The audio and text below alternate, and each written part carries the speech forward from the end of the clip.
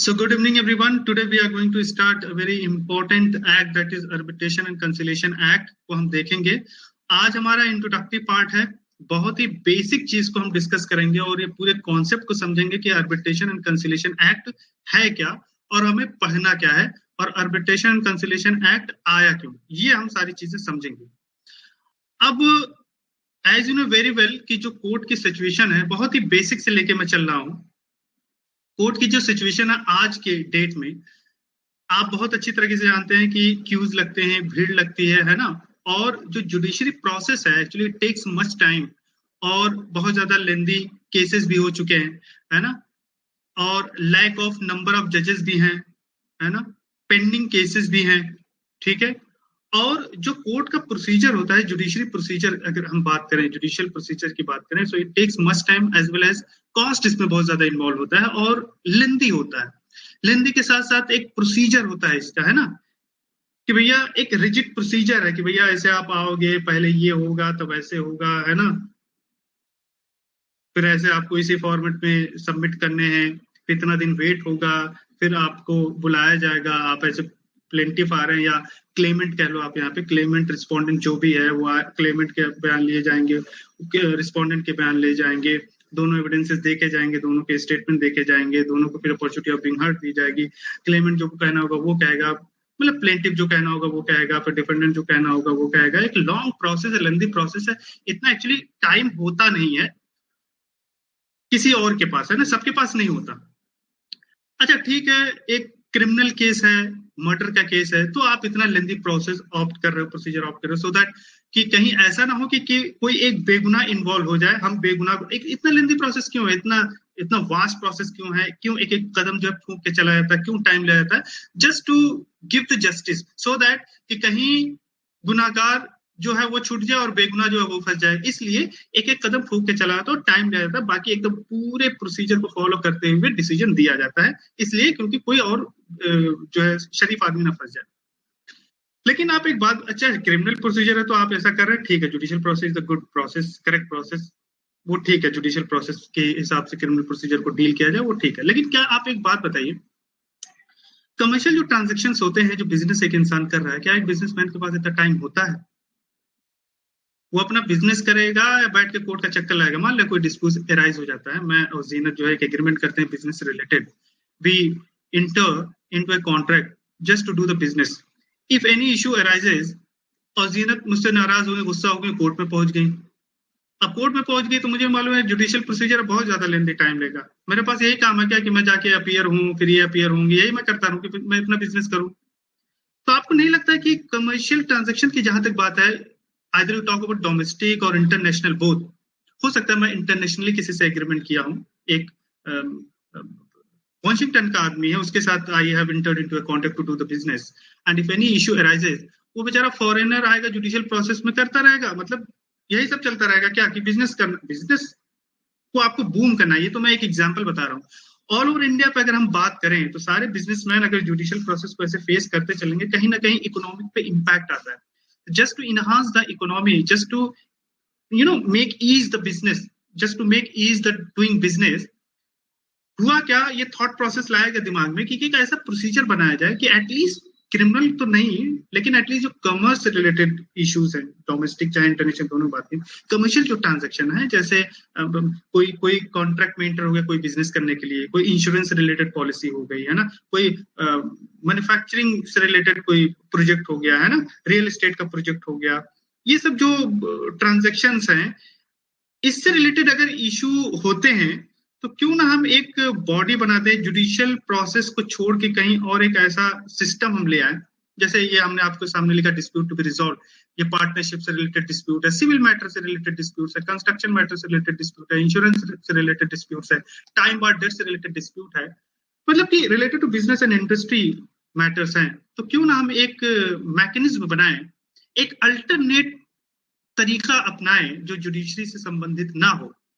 और अल्टरनेट तरीके में अल्टरनेट डिस्प्यूट जो रेजोल्यूशन होगा उसमें क्या होगा कि बहुत ही ईज होगा, यानी कि उसमें जो जुडिशरी का रोल होगा वो नहीं होगा, कम होगा।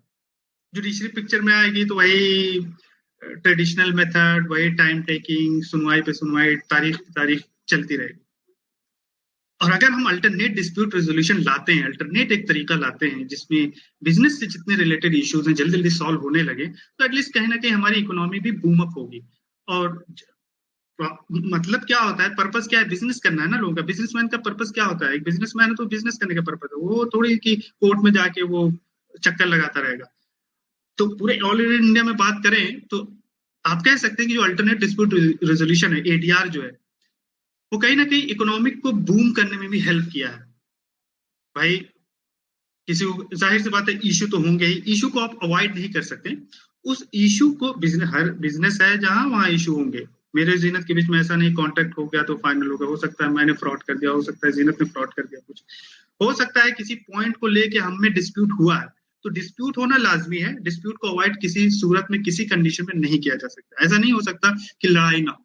बिजनेस है, कोई चीज है, कोई भी चीज है, पार्टनरशिप है, लोग बिजनेस कर रहे हैं, चार पार्टनर के बीच में खटपट होगा, कुछ ना कुछ होगा। सवाल यह है कि उस रेजोल्यूशन को, उस इश्यू को रिजॉल्व करने के लिए हमें एक अल्टरनेटिव मेथड ऑप्ट करना है अपार्ट फ्रॉम द जुडिशियरी। हाँ, एक बात और, ये भी नहीं है कि अगर आपसे ये कहा जा रहा है कि जो जुडिशरी का रोल है, अल्टरनेट रेजोल्यूशन मैकेनिज्म में अगर हम बात करें तो उसका रोल कम हो गया है, या अगर आपने आर्बिट्रेशन कर लिया है तो जुडिशरी का रोल है, नहीं। Even though you have entered into arbitration agreement, हमारे और जीनत के बीच में एक आर्बिट्रेशन से रिलेटेड एग्रीमेंट हो गया कि भैया देखिए जीनत, अगर कुछ इशू होगा हमारे बीच तो भैया जो कोर्ट में मत जाना, कोर्ट के थ्रू ये रिजॉल्व नहीं होगा मसला, ये आर्बिट्रेशन के थ्रू रिजॉल्व होगा। Arbitration means alternate resolution mechanism. तो अगर हो गया तो जाहिर सी बात है कोई इशू एराइज होगा तो हम लोग अल्टरनेट रेजोल्यूशन मैकेनिज्म के तहत आर्बिट्रेशन प्रोसेस में जाएंगे। कि आर्बिट्रेटर अपॉइंट होगा, प्रोसेस क्या है वो हम आगे बताएंगे, फिलहाल के लिए भी आप इतना सुन लीजिए। आर्बिट्रेटर के पास जाएंगे, वो मसला सॉल्व करेगा। लेकिन ऐसा नहीं है कि अगर हमारे बीच एग्रीमेंट हो गया है तो हमारे पास जुडिशरी का दरवाजा नहीं खुला है, नॉट लाइक दैट। हो सकता है आर्बिट्रेटर का जो फैसला है वो हमें मंजूर नहीं है, हम उससे सेटिस्फाइड नहीं, so we may go and knock the door of judiciary also, so that, है ना, आप ऐसा मत समझना कि जुडिशरी का कॉन्सेप्ट खत्म हो गया। लेकिन आप पहले आपको आर्बिट्रेटर के पास ही जाना पड़ेगा अगर एग्रीमेंट हो गया तो। अब आते हैं, हम थोड़ा सा शुरू से और इलेबोरेट कर देते हैं। जुडिशियल प्रोसेस आप जानते हैं टाइम टेकिंग है, कॉस्ट लगता है इसमें ज्यादा, रिजिडनेस है बहुत ज्यादा, है ना, मोर डॉक्यूमेंटेशन की जरूरत होती है इसमें ज्यादा, है ना। रिजिड मतलब एक मेथड बना है, उसी के मेथड जाना है, दुनिया भर के काम करने उसमें जुडिशियल प्रोसेस में। प्रीएम्बल पे अभी मैं बाद में आता हूँ, इस एक्ट के प्रीएम्बल पे अभी हम बाद में डिस्कस करेंगे। थोड़ा सा ऑब्जेक्टिव पर्पस समझ लेते हैं। आर्बिट्रेशन एंड कंसिलिएशन एक्ट का जो ऑब्जेक्टिव है वो क्या है? To comprehensively cover international commercial arbitration and conciliation as also domestic arbitration and conciliation. Actually हुआ क्या कि एक यूनिसेट्रल होता है, यूनिसेट्रल मतलब United Nations Commission on International trade Law, है ना, और on the international trade law, UNCITRAL आप उसको बोल सकते हैं, यूनिसेट्रल, ठीक है। तो होता क्या है कि यूनाइटेड नेशंस ने एक रूल्स बनाया है ना। अब होगा क्या, मान लिया कि यूनाइटेड नेशंस में जितने भी मेंबर्स हैं उसके किसी भी कंट्री से अगर हमारे इंडिया में रहने वाले एक बिजनेसमैन ने एग्रीमेंट किया और कोई डिस्प्यूट अराइज हो गया, for example if any dispute arises, तो हमारे यहाँ क्या लॉ है, हमारे आर्बिट्रेशन कंसिलिएशन एक्ट के हिसाब से चीजें होंगी, या उनके यहाँ जो रूल्स बना है यूनिसेट्रल ने, जो यूनाइटेड नेशंस ने जो रूल्स बनाए रिगार्डिंग आर्बिट्रेशन, वो फॉलो होगा? क्या होगा? हमारे यहाँ जो आर्बिट्रेटर वो जो अवार्ड पास करता है उसको हम डोमेस्टिक अवार्ड बोलेंगे, अवार्ड बोलते थे, आर्बिट्रल अवार्ड बोल देते हैं, और एक फॉरेन अवार्ड भी होता है। तो इस सब चीज को डिस्कस किया गया ना, इस सब चीज को पैचअप किया गया और एक प्लेटफॉर्म, सेम प्लेटफॉर्म पे लाया गया जो यूनिसेट्रल ने ये कॉन्सेप्ट को लाया था। तो arbitration conciliation actually not only domestic arbitration conciliation से रिगार्डिंग रूल्स और रेगुलेशन और प्रोविजंस बताता है, बट ऑल्सो जो इंटरनेशनल कमर्शियल ट्रांजेक्शंस होते हैं, इंटरनेशनल बिजनेस होते हैं, international commercial arbitration and conciliation से रिलेटेड भी प्रोविजंस बताता है ये एक्ट, जो इस एक्ट का पर्पज है। और सेकंड पर्पज है फेयर एंड एफिशिएंट प्रोसीजर हो गया। थर्ड पर्पज हो गया to provide arbitral tribunal gives reasons for its arbitral award, है ना। जो पर्पज होता है आर्बिट्रेशन कंसिलिएशन एक्ट का, जब आर्बिट्रल पास होता है, आर्बिट्रल अवार्ड पास होता है, तो आर्बिट्रल ट्रिब्यूनल जो है ना रीजनिंग भी देता है, रीजंस भी बताता है कि हमने ये डिसीजन क्यों लिया, हमने ये अवार्ड क्यों पास किए। फोर्थ है minimise the supervisory role of courts, यह मैंने आपको पहले ही बता दिया। लास्ट है to provide that every final arbitral award is imposed in the same manner as if it were a degree of the court, कि भैया हर आर्बिट्रल अवार्ड जो होता है, आर्बिट्रल अवार्ड क्या होता है मैं आपको बताऊंगा। आर्बिट्रल अवार्ड उसको जैसे कोर्ट ने डिग्री पास किया फाइनली, वैसे ही ट्रीट किया जाएगा, ठीक है। तो ये कुछ पर्पस थे आपके सामने, मैंने डिस्कस कर दिए। अब आते हैं नीड अल्टरनेट डिस्प्यूट रेजोल्यूशन की क्या क्यों पड़ी। जाहिर सी बात है टाइम सेविंग करने के लिए किया। जो ट्रेडिशनल हमारा मेथड है जुडिशरी जो प्रोसेस है उसमें टाइम बहुत लगता था, मनी सेव यहाँ पे हो जाते हैं। सिंपल प्रोसीजर है alternate dispute resolution. Alternate dispute resolution मतलब एक अल्टरनेट डिस्प्यूट रेजोल्यूशन मैकेनिज्म आपको दिया जा रहा है कि आपको कोर्ट में नहीं जाना है, जुडिशरी प्रोसेस नहीं ऑप्ट करना है, आपके पास एक विकल्प है आपके पास, है ना, मसलों को सुलझाने के लिए। सिंपल प्रोसीजर है। अब इसमें जो अल्टरनेट डिस्प्यूट रेजोल्यूशन में जो मेथड्स बताए गए हैं, अगर आपने कोड ऑफ सिविल प्रोसीजर पढ़ा होगा तो उसमें एक आपको बताया गया था मेडिएशन होता है ना। ऐसे ही 4 मेथड होते हैं अल्टरनेट जो डिस्प्यूट रेजोल्यूशन है। Either you may resolve your issues by negotiation और बाय मेडिएशन और आर्बिट्रेशन और बाय रिकंसिलिएशन। तो हमारे को नेगोशिएशन और मेडिएशन से नहीं मतलब है, हमें आर्बिट्रेशन एंड रिकंसिलिएशन से मतलब है। यहाँ पे मेडिएशन आई थिंक आपको सीपीसी में बताया गया है, मैं दोबारा रिपीट नहीं करूंगा। यहाँ पे फिलहाल के लिए आपको आर्बिट्रेशन रिकंसिलिएशन बताया जा रहा है कि आर्बिट्रेशन प्रोसेस होता है अल्टरनेट डिस्प्यूट रेजोल्यूशन के अंडर में। ये 4 मेथड्स हैं एक्चुअली। अब होता क्या है, मान लिया कि एक पार्टनर ए है, बोर्ड पे सभी लोग देखेंगे, और एक पार्टनर बी है। इन दोनों के बीच पार्टनरशिप होता है, ठीक है। तो सर कैसे होगा कि कैसे हम समझेंगे कि जो इशू अराइज होंगे फ्यूचर में, अगर हमें एक्सपेक्टेशन है कि फ्यूचर में हो सकता है कोई इशू अराइज हो जाए, तो जो इशू अराइज होगा वो कोर्ट में ना जाके आर्बिट्रेटर के पास जाएंगे। कैसे? देखो 2 तरीके होते हैं। या तो एक एग्रीमेंट, आप सेपरेट एग्रीमेंट कर ले, आर्बिट्रेशन एग्रीमेंट उसको बोलते हैं, यानी कि ए और बी के बीच में, A and B enters into an arbitration agreement. उस आर्बिट्रेशन एग्रीमेंट में पूरी बातें लिखी होंगी कि कौन मसला होगा तो आर्बिट्रेटर हम अपॉइंट करेंगे, आर्बिट्रेटर कौन अपॉइंट करेगा, कितने आर्बिट्रेटर अपॉइंट करेगा, है ना। आर्बिट्रेटर का जो डिसीजन होगा वो फाइनल होगा कि हम उसके बियॉन्ड भी जा सकते हैं, है ना। क्या पीरियड होगा, क्या ड्यूरेशन होगा, कैसे अपॉइंट होगा, कौन अपॉइंट होगा, क्या क्वालिफिकेशन होगी, ईच एंड एवरीथिंग आप ए और बी मिलकर एग्रीमेंट कर सकते हैं आर्बिट्रेशन से रिगार्डिंग। और फ्यूचर में कोई भी इनके पार्टनरशिप एग्रीमेंट जो हुआ है, बिजनेस रिलेटेड कोई एग्रीमेंट हुआ है, इन दोनों के बीच कोई भी इशू होता है फ्यूचर में, तो ये दोनों आर्बिट्रेटर के प्रोसेस से ही उस मसले को सुलझाएंगे, फिर एक कोर्ट में नहीं जा सकते। हाँ, पहले इनको आर्बिट्रेटर प्रोसीजर से सॉल्व करना पड़ेगा, आर्बिट्रेटर अपॉइंट करके अपना मसला सॉल्व करेंगे।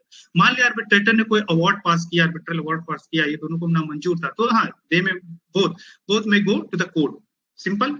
या मान लिया कि इन दोनों के बीच में जो पार्टनरशिप एग्रीमेंट हो रहा है, जाहिर सी बात है कोई बिजनेस कर रहे हैं, पार्टनरशिप एग्रीमेंट हो रहा है दोनों में, यहीं पे कहीं एक क्लॉज डाल देंगे कि भैया any dispute arises in future between the parties और among the parties shall be resolved by arbitration and according to the provisions of the arbitration and conciliation act 1936 blah करके एक क्लॉज आपने डाल दिया एग्रीमेंट में, पार्टनरशिप एग्रीमेंट में। Simple, उसका मतलब यही हुआ कि अब आप कहीं नहीं जा सकते, अब आपको उसी आर्बिट्रेशन के थ्रू ही आपके मसले को रिजॉल्व करना पड़ेगा, ठीक है। तो ये आप इनवॉइस लेते हैं, कहीं से परचेस कर रहे होंगे, तो आपने कभी देखा होगा कि उस इनवॉइस पे लिखा होता है कि all the dispute is subject to the jurisdiction of Delhi, ऐसे करके लिखा होगा। यानी कि कोई डिस्प्यूट होता है हमारे आपके बीच, तो दिल्ली वाले कोर्ट में हम भैया हर चीज सुलझाई जाएगी, है ना।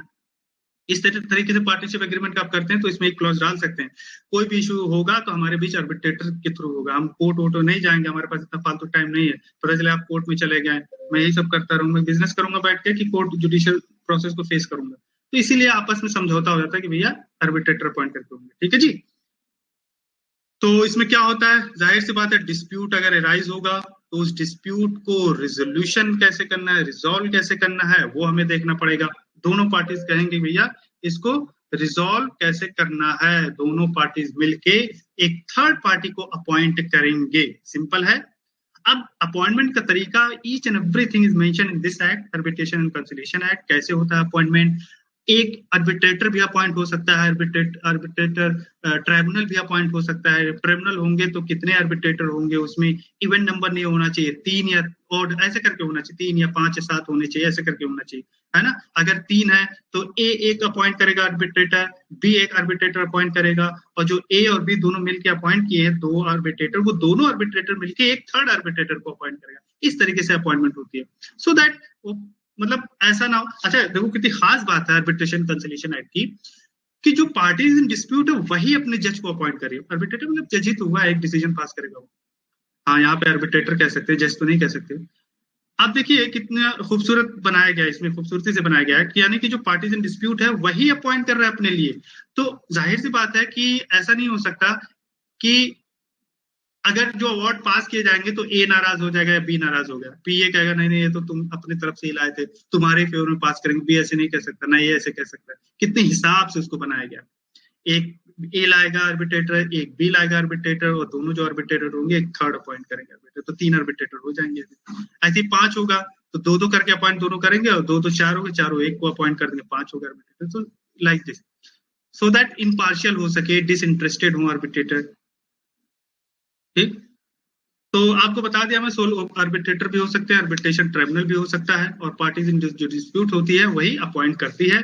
दूसरी बात आपको बताया जा चुका है कि ऐसा नहीं है कि आर्बिट्रेटर अपॉइंट करने के बाद अब रास्ता बंद हो गया है, दोनों पार्टीज अब कोर्ट नहीं जा सकती। It's not like that.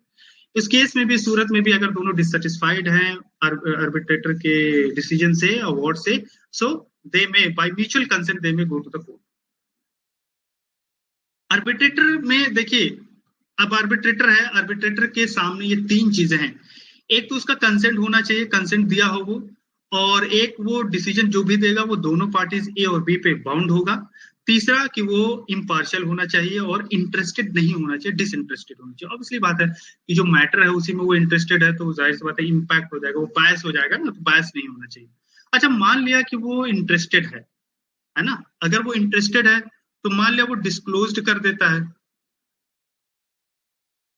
If he disclosed, if he discloses, ठीक है, कि भैया मैं इंटरेस्टेड हूं, तो वो पार्टीज के ऊपर है, पार्टीज जो है उसको आर्बिट्रेशन बनाए या ना बनाए, ठीक है। इफ ही कंसील्स, ठीक, तो जब वो कंसील होगा तो अवार्ड नहीं माना जाएगा। अगर उसने कंसील कर लिया तो अवार्ड जो उसने पास किया है वो नहीं माना जाएगा, ठीक है, वाइड हो जाएगा।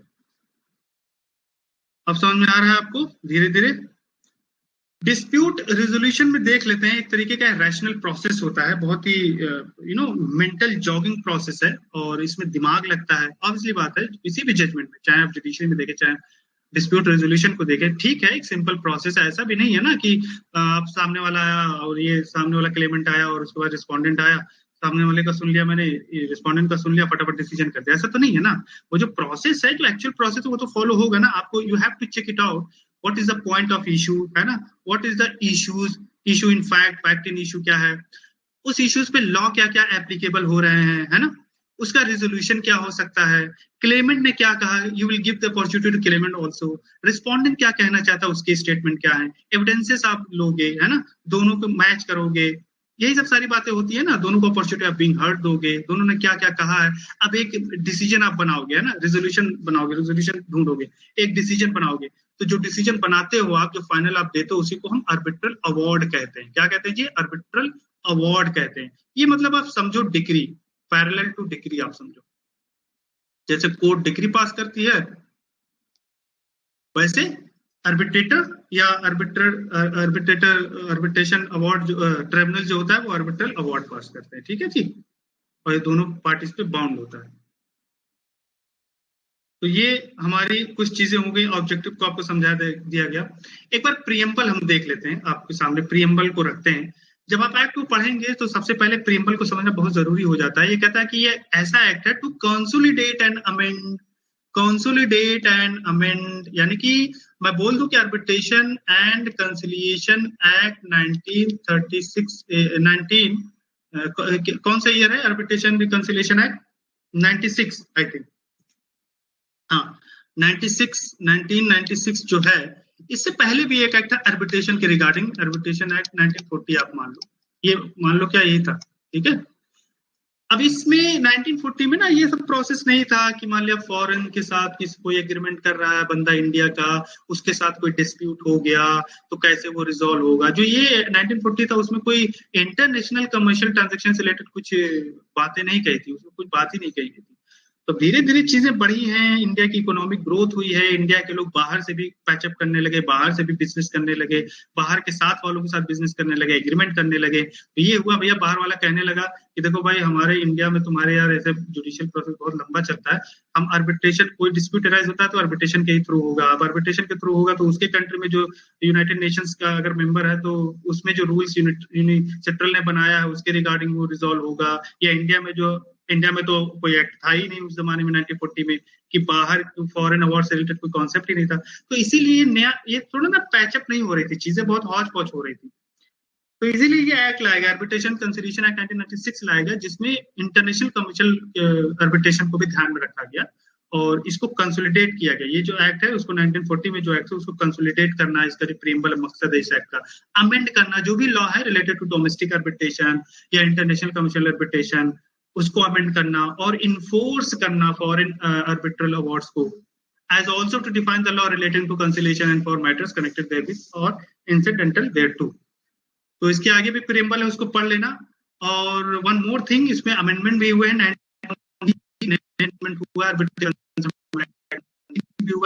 तो ऑब्वियसली बात है जब बेसिक लॉ आप पढ़ लेंगे, जो ओरिजिनल लॉ है उसको तो पहले पढ़ते हैं, उसको पढ़ते हैं। Later on we will discuss the arbitration conciliation amendment act also 2019 so that you may come to know what changes have been made by the government. ठीक है, जरूरतें पड़ी होंगी, कुछ अमेंडमेंट की जरूरत पड़ी होंगी, 1996 में भी कुछ लूप होल्स रह गए होंगे। अमेंडमेंट क्यों होते हैं भाई, है ना, शर्ट में पैचअप क्यों लगते हैं, शर्ट फट जाती है तो आप पैचअप लगा देते हो, एक पैच लगा देते हो। इन द सेम एक्ट का भी वही हाल होता है, कोई चीज परफेक्ट नहीं है, कोई चीज ऐसा नहीं है, किसी इंसान के पास इतना दिमाग नहीं है कि एक ही बार में वो एक ऐसा लॉ बना देगा कि संपूर्ण हो वो, उसमें कोई लूप होल ना हो, ऐसा नहीं होता है। वो कुछ ना कुछ with the passes of time कुछ ना कुछ होता रहेगा, अब अरे ऐसा नहीं हुआ, ऐसा होना चाहिए था, तो इसलिए अमेंडमेंट ले आए उसमें। ठीक है, तो आर्बिट्रेशन कंसिलिएशन एक्ट में देखेंगे क्या अमेंडमेंट हुआ है क्या नहीं अमेंडमेंट हुआ है। तो आई थिंक ये इंट्रोडक्टरी पार्ट हमारा बहुत ही इनफ था, इसमें और कुछ ज्यादा नहीं था इंट्रोडक्टरी पार्ट से रिलेटेड। कल की क्लास में आपको ये समझाएंगे कि आर्बिट्रेशन एंड कंसिलिएशन एक्ट में कितने पार्ट्स हैं, कितने सेक्शंस हैं, क्या क्या हमें पढ़ना है, कहाँ कहाँ से क्या क्या पढ़ना है, कैसे एक्ट पढ़ना है। बेयर एक्ट के थ्रू हम जाएंगे और लीगल लैंग्वेज को समझेंगे। ये आपके इंट्रोडक्टरी पार्ट के लिए था एंड आई होप कि आप सभी लोगों को समझ में आया होगा। Thank you so much everyone.